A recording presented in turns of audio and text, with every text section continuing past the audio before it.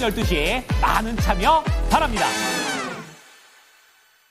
방산 LIG 넥스원 봐드립니다. 네. 앞서서 이제 저희가 또 읽어드리기도 했었는데 사이즈업님이 22만 3천 원에 매수를 하셨습니다. 그리고 15% 전문가님을 기다렸습니다. 네, 이렇게 얘기를 하시면서 네. 방산 전문.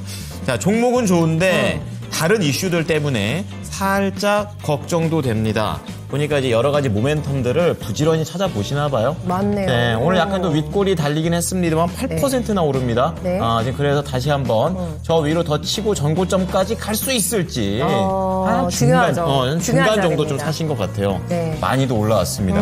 알아보죠. 자, 전문가님 LIG 넥스원 또 대표적인 방산주인데요. 앞으로 어떠한 전략이 좋을까요? 예, 저희 LIG 넥스원도 역시 마찬가지 야인 시대에서 추천드리고 167% 수익 나고 난 다음에 이제는 더 이상 리뷰도 안 해드릴게요. 뭐 그렇게 하고 말았던 종목인데요. 자, 우리 시청자님께서도 뭐 좀 공부를 좀 이렇게 많이 하시는 분 같아요. 근데 뭐 다른 이슈들 때문에 살짝 걱정된다라고 말씀해 주셨는데 제가 생각하기에는 다른 이슈들 뭐 그렇게 크게 신경 쓸 부분은 아닌 것 같습니다. 뭐 안 좋게 방산주들 전체적으로 안 좋게 작용할 수 있는 부분들은 뭐 한 두 가지 정도로 볼 수 있겠죠. 첫 번째는 우크라이나 전쟁 트럼프가 끝낸다 그랬으니까 뭐 이게 끝나면 방산주들 좀 조정이 있는 거 아니냐. 그 부분이 한 가지가 될 수 있을 거고요. 자, 요 부분은 전쟁이 끝난다고 하더라도 제일 큰 거는 그렇게 보셔야 돼요.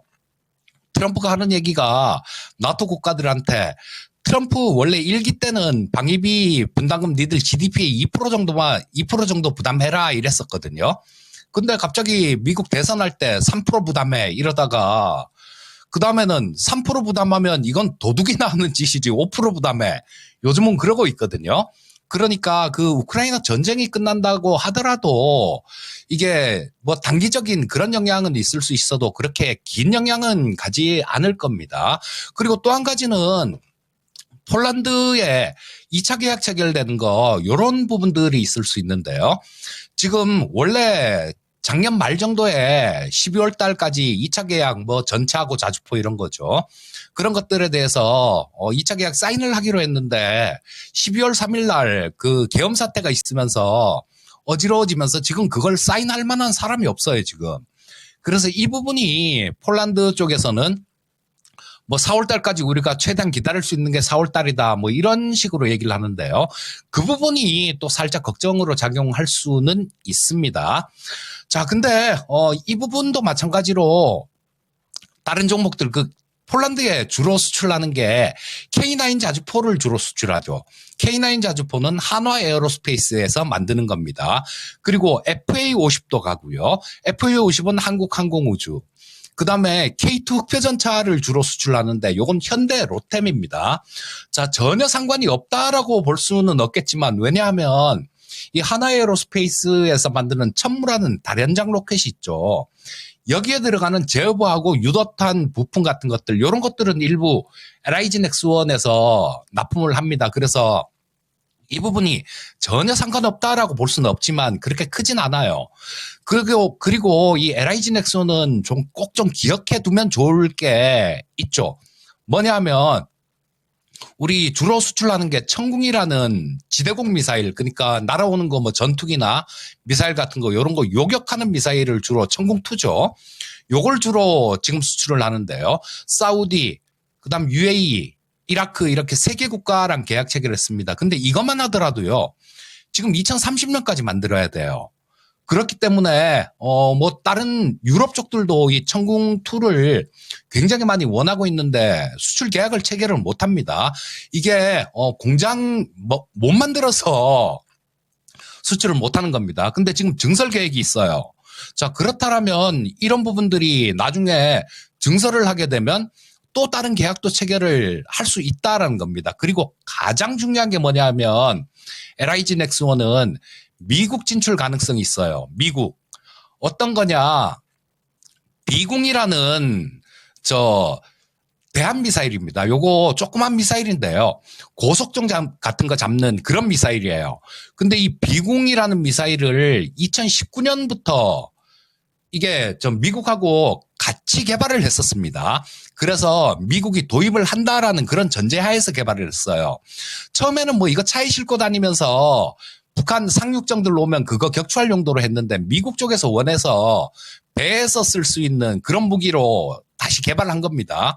그리고 최종 테스트를 작년 8월 달에 림팩 군사훈련에서 최종 테스트를 했는데요. 거기에 미국 해군 참모총장이 왔었어요. 6발 쏴서 6발 다 명중했습니다. 이거 역시 마찬가지로 그 계엄 사태가 없었다라면 12월 달에 아마 계약 체결이 됐을 것 같아요. 근데 우리나라 자체적인 뭐 그런 부분들 때문에 계약 체결이 안 되고 있는데 뭐 좀 시간이 지나면 뭐 컨트롤 타워는 또 바뀌든지 뭐 어떻게 되든지 또 새로 생길 거 아닙니까, 우리나라. 그렇게 되면 이런 쪽으로 수출 계약 체결할 수 있는 부분들이 남아 있다라는 거예요. 그리고 뭐 오늘 뉴스 나오는 것들 보면 이재명 민주당 대표도 뭐 이 K방산 수출하는 거 이거 적극 지원을 할 것이다 뭐 이런 얘기를 합니다.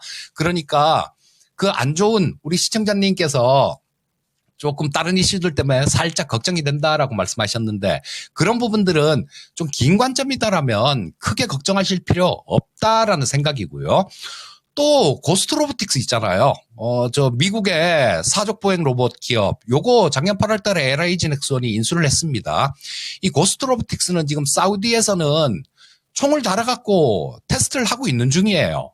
자, 그러면 나중에는 이런 부분들도 회사 실적에 영향을 줄 거고 지금 아직까지는 그 회사가 적자기 때문에 도움은 안 됩니다. 하지만 나중에는 또 굉장히 크게 좋은 영향을 줄 수 있는 그런 일들이 있습니다. 그래서 긴 관점이다라면 이 LIG 넥스원 같은 경우는 좀 길게 좀 쭉 들고 가시는 게 맞다라는 생각이고요. 아마 주가가 1년 뒤에 보면 지금 주가랑은 비교할 수 없을 정도로 높은 가격이 아닐까 싶은 생각이 들고요. 다만 뭐 조금 걱정되시면요. 기술적으로는 지금 여기서 고점을 한번 찍었죠. 그리고 얼마 전에 또 고점을 찍었습니다. 그러니까 조금 뭐 기술적으로는 약간 부담될 수 있는 그런 자리이기도 합니다. 좀 걱정되시면요. 뭐 한 5% 정도는 지금 15%라고 말씀해 주셨으니까 한 5% 정도는 살짝 덜어냈다고 그거는 좀 떨어지면 조정받으면 그건 다시 산다라고 생각하시고요. 뭐 그런 형태로 또 좋을 것 같은데 긴 관점으로 보신다면 그냥 들고 가셔도 좋을 것 같습니다.